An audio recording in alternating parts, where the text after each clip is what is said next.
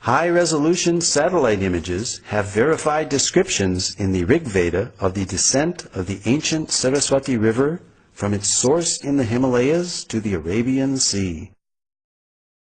Pure in her course from the mountains to the ocean, alone of streams, Saraswati hath listened. The mighty Saraswati River and its civilization are referred to in the Rig Veda more than 50 times, proving that the drying up of the Saraswati River was subsequent to the origin of the Rig Veda, pushing this date of origin further back into antiquity, casting further doubt on the imaginary date for the so-called Aryan invasion. This satellite image clearly shows the Indus-Saraswati River system extending from the Himalayas to the Arabian Sea. Here, the Indus River is on the left, outlined in blue, while the Saraswati River basin is outlined in green. The black dots are the many archaeological sites or previous settlements along the banks of the now dry Saraswati River. The drying up of the Saraswati River around 1900 BCE is confirmed archaeologically. Following major tectonic movements or plate shifts in the Earth's crust, the primary cause of this drying up was due to the capture of the Saraswati River's main tributaries, the Sutlej and the Dristadvati, by other rivers. Although early studies based on limited archaeological evidence produced contradictory conclusions, recent independent studies, such as that of archaeologist James Schaffer in 1993, showed no evidence of a foreign invasion in the Indus-Saraswati civilization and that a cultural continuity could be traced back for millennia. In other words, archaeology does not support the Aryan invasion theory.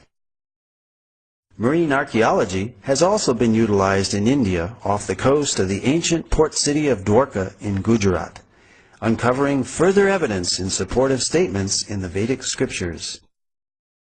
An entire submerged city at Dwarka, the ancient port city of Lord Krishna, with its massive fort walls, piers, wharves, and jetty, has been found in the ocean as described in the Mahabharata and other Vedic literatures. This Sanskrit verse from the Moshila Parva of the Mahabharata describes the disappearance of the city of Dwarka into the sea. After all the people had set out, the ocean flooded Dwarka, which still teemed with wealth of every kind. Whatever portion of land was passed over, the ocean immediately flooded over with its waters. Dr. S.R. Rao, formerly of the Archaeological Survey of India, has pioneered marine archaeology in India. Marine archaeological findings seem to corroborate descriptions in the Mahabharata of Dwarka as a large, well-fortified, and prosperous port city, which was built on land reclaimed from the sea and later taken back by the sea. This lowering and raising of the sea level during these same time periods of the 15th and 16th centuries BCE is also documented in historical records of the country of Bahrain. Here is a glimpse of the massive Dwarka city wall. Among the extensive underwater discoveries were a large door socket and a bastion from the fort wall. 2 rock-cut slipways of varying width extending from the beach to the intertidal zone, a natural harbor, as well as a number of olden stone ship anchors were discovered, attesting to Dwarka being an ancient port city. The three-headed motif on this conch shell seal found in the Dwarka excavations corroborates the reference in the scripture Harivamsa that every citizen of Dwarka should carry a mudra or seal of this type. All these underwater excavations add further credibility to the validity of the historical statements found in the Vedic literatures. Apart from Dwarka, more than 35 sites in North India have yielded archaeological evidence and have been identified as ancient cities described in the Mahabharata. Copper utensils, iron, seals, gold, and silver ornaments, terracotta discs, and painted grayware pottery have all been found in these sites. Scientific dating of these artifacts again corresponds to the non-Aryan invasion model of Indian antiquity.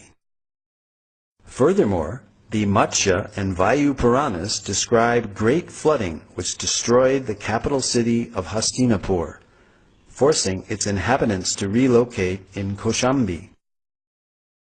The soil of Hastinapur reveals proof of this flooding. Archaeological evidence of the new capital of Kaushambi has recently been found, which has been dated to the time period just after this flood. Similarly, in Kurukshetra, the scene of the great Mahabharata war, iron arrows and spearheads have been excavated and dated by thermoluminescence to 2800 BCE, the approximate date of the war given within the Mahabharata itself. The Mahabharata also describes 3 cities given to the Pandavas, the heroes of the Mahabharata, after their exile: Paniprastha, Sonaprastha, and Indraprastha, which is Delhi's Puranakela.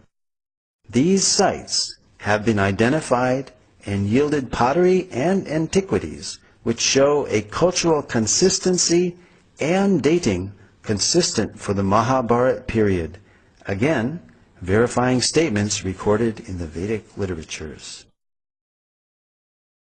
Although early Indologists in their missionary zeal widely vilified the Vedas as primitive mythology, many of the world's greatest thinkers admired the Vedas as great repositories of advanced knowledge and high thinking. Arthur Schopenhauer, the famed German philosopher and writer, wrote that I encounter in the Vedas deep, original, lofty thoughts, suffused with a high and holy seriousness. The well-known early American writer Ralph Waldo Emerson read the Vedas daily. Emerson wrote, I owed a magnificent day to the Bhagavad Gita. Henry David Thoreau said, in the morning I bathe my intellect in the stupendous philosophy of the Bhagavad Gita, in comparison with which our modern world and its literature seems puny and trivial. So great were Emerson and Thoreau's appreciation of Vedantic literatures that they became known as the American Transcendentalists. Their writings contain many thoughts from Vedic philosophy. Other famous personalities who spoke of the greatness of the Vedas were Alfred North Whitehead, British mathematician, logician, and philosopher, who stated that Vedanta is the most impressive metaphysics the human mind has conceived. Julius Robert Oppenheimer, the principal developer of the atomic bomb, stated that the Vedas are the greatest privilege of this century. During the explosion of the first atomic bomb, Oppenheimer quoted several Bhagavad Gita verses from the 11th chapter, such as, Death I am, cause of destruction of the worlds. When Oppenheimer was asked if this is the first nuclear explosion, he significantly replied, yes, in modern times, implying that ancient nuclear explosions may have previously occurred. Lin Yutang, Chinese scholar and author, wrote, India was China's teacher in trigonometry, quadratic equations, grammar, phonetics, and so forth.